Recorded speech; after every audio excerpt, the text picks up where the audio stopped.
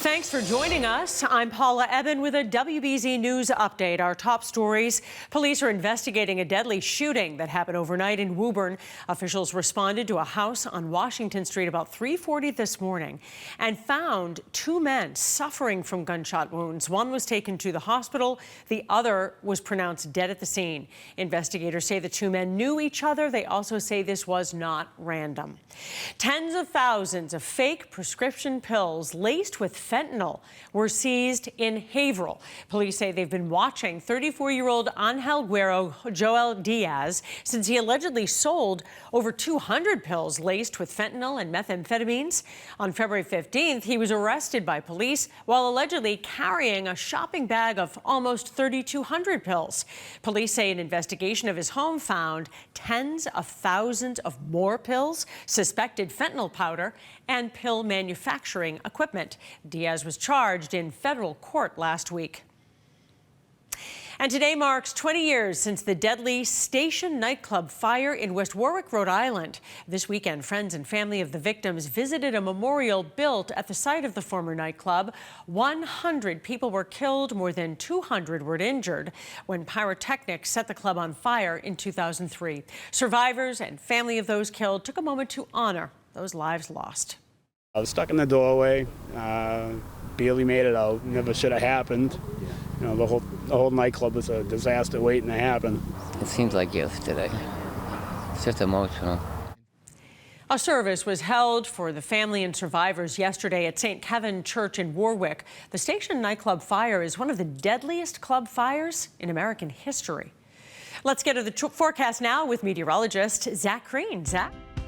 Well, a pretty beautiful way to kick off our school vacation week. We've got mostly cloudy skies, little hints of blue and sun here and there. But despite that cloud cover, our temperatures are still on the move. Mid to upper 50s right now. We've got 60 within reach as we go into the height of the day. So we'll keep on the mild and almost spring-like track for the beginning of the week. But we are going to turn the corner into more wintry potential as we make our way into the end of the day. You notice a little brush of showers. I don't see a lot of ground truth to this. There may be a few isolated drops to come along through Worcester County. But this weak wave really seems to develop more along with the evening hours. You see this batch that's out to eastern Kentucky and now trying to move into West Virginia as well as North Carolina. We're going to grab onto some of that moisture and just kind of drag it over into southern New England. So over time, we are going to bring more saturation to the area, and that's going to increase the cloud cover at the end of the day and give us a round to take us into early Tuesday morning. Wind speeds are anywhere from about 5 to 15 miles per hour. May see the gusts get over 20 miles per hour as we roll through the rest of our afternoon. So what was initially a damp start is going to just turn into back and forth clouds as we go into the end of the day.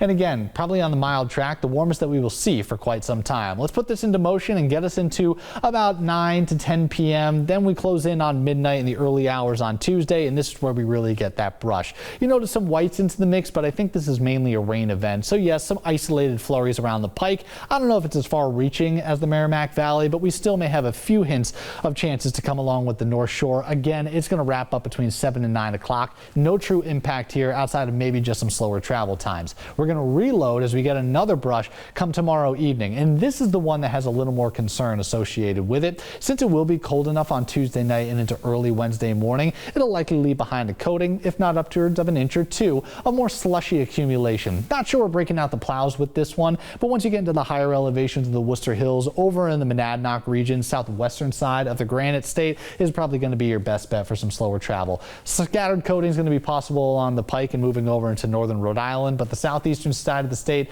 really not doing a whole lot. Then a more widespread blockbuster event for the end of the week. This will start to develop late on Wednesday night, but really seem to take hold early Thursday morning for the entirety of our region. I know we see a bunch of different colors on the map here, and the reason behind that, we've got a swath of difference in our temperature profile. Single digits to the north of us, near 70 degrees off to the south. So we are in that battleground in between, landing us in more of a sleet potential rather than simply rain or simply snow. Nonetheless, we should at least be prepared for some moderate to major accumulation. The higher north you go, the better chance that you will see the plows broken out. I still think that we'll have the plows available along the Pike and 495. Still a day or two away from kind of fine-tuning the final tallies of that, but we could be talking about inches when all is said and done, especially north of Route 3 as well as Route 2. North of the Pike is going to be the biggest mess. South and east mainly a rain event. Thursday likely an alert day. Not lighting it up as of now, but we have to keep a close eye on it. For Friday morning, slowing things down in the early hours, improving things as we go in the afternoon. By Saturday, it's a shot of cold, but all that activity is out of the way.